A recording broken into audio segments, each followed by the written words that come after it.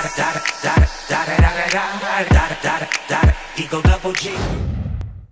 up, YouTube? This is your friendly neighborhood movie nerd, back to give you guys everything that is going on in the world of movies. I am back once again. I don't know why I keep saying that. So as you guys probably don't remember, a couple months ago, right around when Logan came out, I did my top 10 favorite superhero castings of all time. These were the castings that I thought truly brought these comic book characters to life, be it physical performance or simply just looking as though they left off the pages of the comic books themselves. Well, now I'm here to do the opposite end of the spectrum, because as you guys all know, a hero is only good as their villain. And with Guardians of the Galaxy Volume 2 still in theaters and fresh in everybody's minds, what better list to do than the top 10 best supervillains castings? Well, there have been a ton of supervillains. The unfortunate thing is that there have not been nearly as many memorable castings as there have been for the hero side. So this list was a bit tougher to crack, and I definitely had to be a lot more lenient with my criteria. Unfortunately, because I will be sticking exclusively to supervillains, that eliminates some of the other lesser-known comic villains. So sorry Mark Strong and Sam Jackson from Kick-Ass and Kingsman. Also, no Unbreakable, because that's not a movie based on any comics. So, without further ado, here are my top 10 favorite supervillains castings. But of course, before I get to the actual list, here are some honorable mentions. Too much iron in your blood.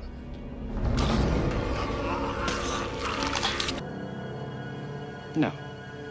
Kneel before sword. Peter Parker. You can call me Joker. And as you can see, I'm a lot happier. Me, on the other hand, nature. Captain America, God's righteous man, pretending you could live without a war. In a cruel world is chance. Unbiased, unprejudiced, fair. Why?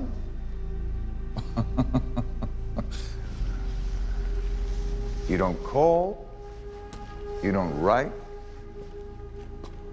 How else am I supposed to get your attention? My name's Sebastian Shaw. And I am not here to hurt you. Good afternoon, everyone. Hello. Thank you for coming. With this weapon, there will be no human collateral damage. If I turn it on, the system couldn't even activate. Number 10. Willem Dafoe as Norman Osborn, the Green Goblin from Sam Raimi's Spider-Man. So I don't know if I've said this before, but I'm not exactly the biggest fan of the Raimi Spider-Man films. I certainly appreciate what they were able to do for the world of superhero movies, but my problem is that after that first Spider-Man, he got no development, and I just felt that the films weren't as memorable as people said they were. But when it came to the villain for that first movie, there was really no comparison, because Dafoe as the Goblin was just memorable to say the very least. He was terrifying, menacing, and to this day, the only villain in those Raimi movies that actually stayed a villain, because every single other villain in those movies ended up just becoming good by the end. But it was more than just this over-the-top portrayal. It was the fact that you understood Norman Osborn as a person, and that Dafoe was able to so perfectly balance both his light and dark side, so that even when he did go crazy, you understood where it come from and what he was trying to accomplish. And those are always what make for the best kinds of villains in general. The ones you can understand where they're coming from. And not to mention the fact that that mask is genuinely terrifying, even if it is a little bit goofy by today's standards. Sam Raimi's always been known for having that sense of corniness in his movies, and it really helped to make the Goblin one of the most terrifying and menacing, not to mention memorable villains of all time in my opinion. So that's what makes my number 10 spot Dafoe as the Green Goblin. Number 9. Danny DeVito as Oswald Cobblepot, the Penguin from Batman Returns. Now, I only just recently watched Batman Returns, and for me at least, there were two things that definitely stood out among everything else from that movie. The fact that the studio really did let Tim Burton do whatever the hell he wanted with that movie, and the villains. And I can definitely say that after this movie, I can understand why Tim Burton wanted a villain like the Penguin, and holy shit, did Danny DeVito bring it. This is another case where if it were a lesser actor in the role, it would have felt really silly and over the top, but Danny DeVito is just so damn good in the role. Besides being one of those performances that looked like it literally leapt off the pages of the comic book, both DeVito and Burton really went to great lengths to show Penguin's animalistic side, and it surprisingly worked. Whereas the Oswald Cobblepot of the comics is more of a wealthy socialite with a complex, this version of Cobblepot is a straight-up reject of society, a true freak, something that, as we all know, Burton relishes in. Cobble that together, no pun intended, cobble that together with a powerhouse actor like Danny DeVito, and you've got one of the most twisted, disgusting, and surprisingly human supervillains of all time. It wasn't necessarily a battle of the freaks the way Batman's fight with Nicholson was in that first movie, but it still manages to certainly be one of the most memorable villain portrayals and performances I've ever seen. So that's why Danny DeVito's portrayal of the Penguin makes its spot here, my number 9. Number 8. Liam Neeson as Ra's al Ghul, Batman Begins. Now, this entry is a little bit of a personal choice, because Liam Neeson is one of my favorite actors of all time, but it still makes me a bit disappointed when people think of Bane over him. Without Neeson, we wouldn't even have one of the greatest versions of Batman we've ever gotten. Out of all of Batman's rogues gallery, the one villain who I had really never once thought about, or really even heard about, was Ra's al Ghul, aka the Demon's Head, the head of this secret group of assassins known as the League of Assassins. But after reading some plot summaries online, I really found out that apparently, all he was an extreme environmentalist, which really made me appreciate Neeson's performance even more, because he took an over-extreme tree hugger and turned him into a suave and cool psychopath who doubled as Bruce Wayne's mentor as well as his first enemy. Everything you could possibly want from a great villain is in this performance, and I love the way that Christopher Nolan is able to take this character and make him so damn relatable by having him pose as someone who saw a kindling of something in Bruce Wayne, who at the time was a lost soul, and gave him the chance to become something even better, even if it did kind of blow up in his face. Nevertheless, it's a great performance, and it's one that allowed Ra's al Ghul to be brought into the mainstream as one of Batman's most feared members of his rogues gallery, which is why Liam Neeson's performance as Ra's al Ghul makes its spot out here at my number 8. Number 7. Gene Hackman as Lex Luthor, the original Superman series. Yet another entry that I was late to the game on. Christopher Reeve made the number 1 spot on my superhero castings list, and Gene Hackman's portrayal of Lex Luthor is certainly one for the ages. The problem with one of the few criticisms that first Donner movie got, though, was the fact that Christopher Reeve couldn't even get star billing in his own movie. But honestly, who can blame the producers when you've got two of the biggest names of the 70s with Marlon Brando and Gene Hackman in your movie? The thing that made this performance great, though, it wasn't that it felt like it was straight out of the comic book. It was really the fact that Hackman took this typically one-note character and made him so damn likable. And this really is a situation where the actor gets most of the props, because on that script, this version of Lex Luthor is a straight-up James Bond villain. He even calls himself the greatest criminal mastermind of this generation at least 3 times. But Hackman's was a performance that still to this day has not been matched by the likes of Kevin Spacey and Jesse Eisenberg, and it truly has helped the character of Lex Luthor reach the pinnacle of being one of the most recognized supervillains alongside the Joker, and it was all thanks to this performance. That's why Gene Hackman makes his spot here at my number 7 spot. Number 6. Tom Hardy as Bane, The Dark Knight Rises. Now this is what you would really call the performance that made the movie, because unlike the first 2 installments of the Nolan series, The Dark Knight Rises is the most disliked entry. But the one great thing that everybody took away from that movie is Tom Hardy's menacing performance as the super strong Bane. I personally really enjoyed The Dark Knight Rises. All the problems aside, I think it's a solid film. But Tom Hardy, my God, this was the role that launched him from lesser-known British character actor to full-fledged superstardom, and it was done with Nolan doing something that he hasn't really done up to this point, and really drastically changing the character from his comic origins. So whereas the Bane of the comics was a roided-out Mexican drug lord who was at best a glorified henchman, Nolan wanted to get as far away from the roids as possible, and understandably so, Batman and Robin decided to go for more of a subdued crime boss element with an extremely brutal nature, and he really hit the nail on the head with the casting.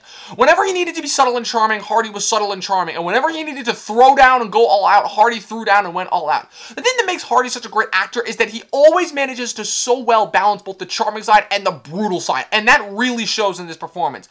The comic book writers may have written the story arc one way, but Tom Hardy is the actor who allowed Bane to truly earn the title of the man who broke the bat, which is why he makes his place here at my number 6 spot, Tom Hardy as Bane. Number 5.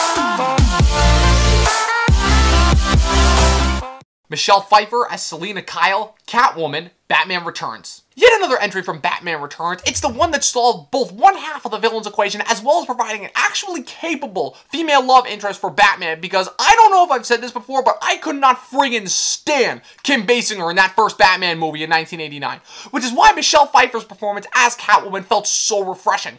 Up to that point, my only experience with Catwoman on the big screen was Anne Hathaway's portrayal in The Dark Knight Rises, and while she is by no means the worst part of that movie, I do certainly feel like there was a lot more that could have been done with her character that no one decided not to go for. And understandably so. It's not her story, and she was kind of just a side character. He wasn't putting a majority of the focus on her. But after seeing this portrayal, I really see it as a massive disservice, because one of the things I think Tim Burton succeeded at, where I feel Christopher Nolan failed, is really showing Catwoman's vulnerable side. And I thought that the way that Selina Kyle's progression from helpless and hapless secretary to smooth, sexy cat burglar was really quite an art. Stupid supernatural cat resurrection and leather fetish aside, of course. And the way that Burton focuses on the relationship between Bruce Wayne and Selina Kyle, as well as Batman and Catwoman, was a part of the film that really helped to transcend it to something more than just the typical comic book escapades. So for me at least, it's so hard to nail a truly memorable, strong feminine role because it's so easy to fall into cliche territory, but I really think Michelle Pfeiffer nailed it, which is why she makes her spot here at my number 5 spot. Number 4.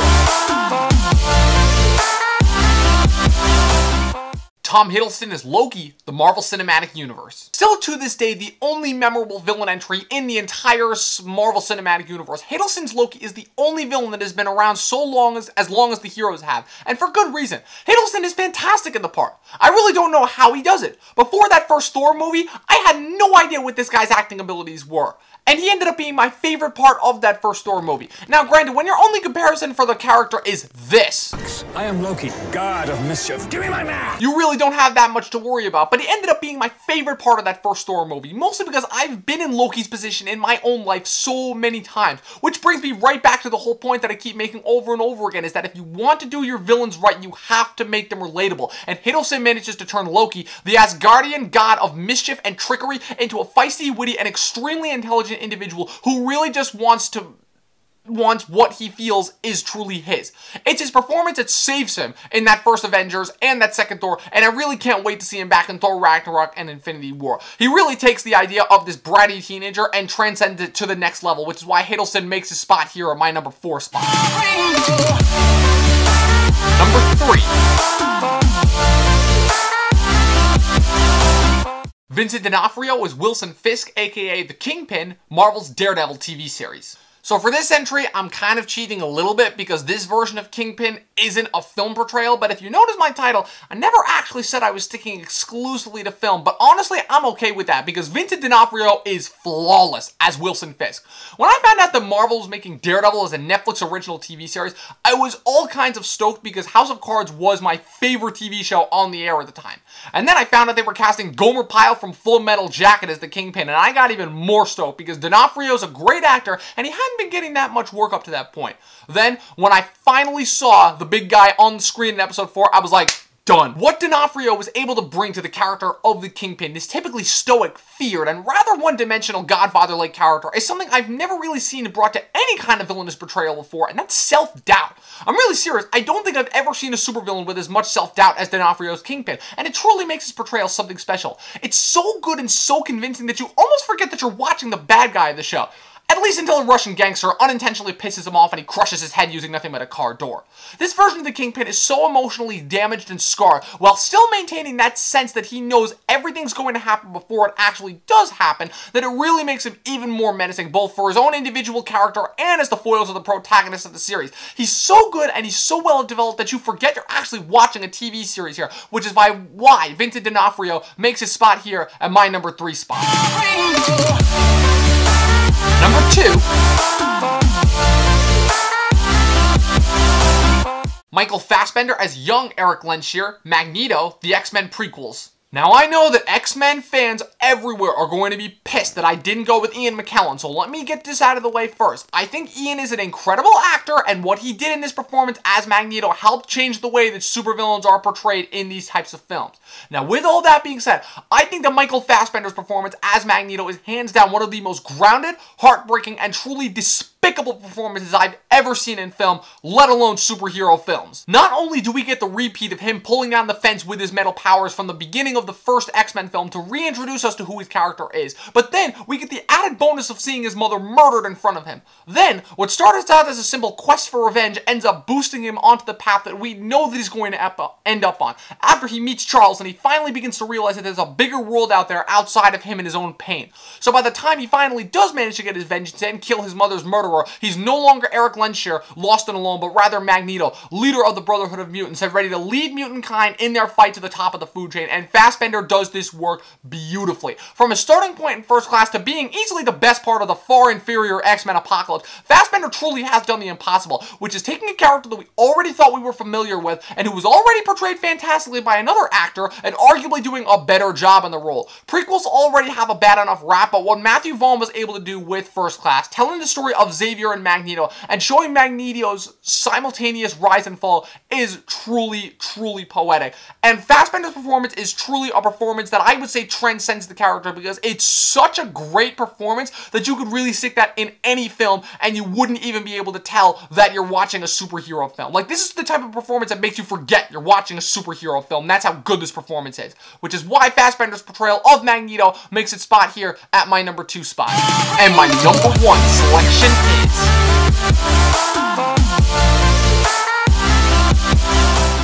Heath Ledger as the Joker, The Dark Knight. I mean, come on. Was it gonna be anybody else? Do you really think that anybody else was going to stand a chance against this Academy Award winning performance that literally killed the actor? Like, holy shit, I saw this movie years after its initial release, and I am still reeling from how great this performance was. And I will say this, I didn't watch movies nearly as consistently back in 2008 as I do now. Granted, I was 11, but even back then, everybody was saying, the guy who sang in the bleachers in 10 Things I Hate About You is gonna play the Joker. And now looking back, I bet everybody who ever said that is gonna feel like a complete fool, because this isn't just a great supervillain performance, nor is it simply a great performance in general. This is single-handedly one of the 2 greatest performances I have ever seen on screen. And I'm putting this performance up against Brando in Godfather. That's how great this performance was. I mean, you want to talk about different level of acting, that scene, that interrogation scene between Batman and Joker is still one of my top 10 favorite moments of cinema in general. So Fassbender's performance as Magneto, like I said, is a performance that makes you forget you're watching a superhero film.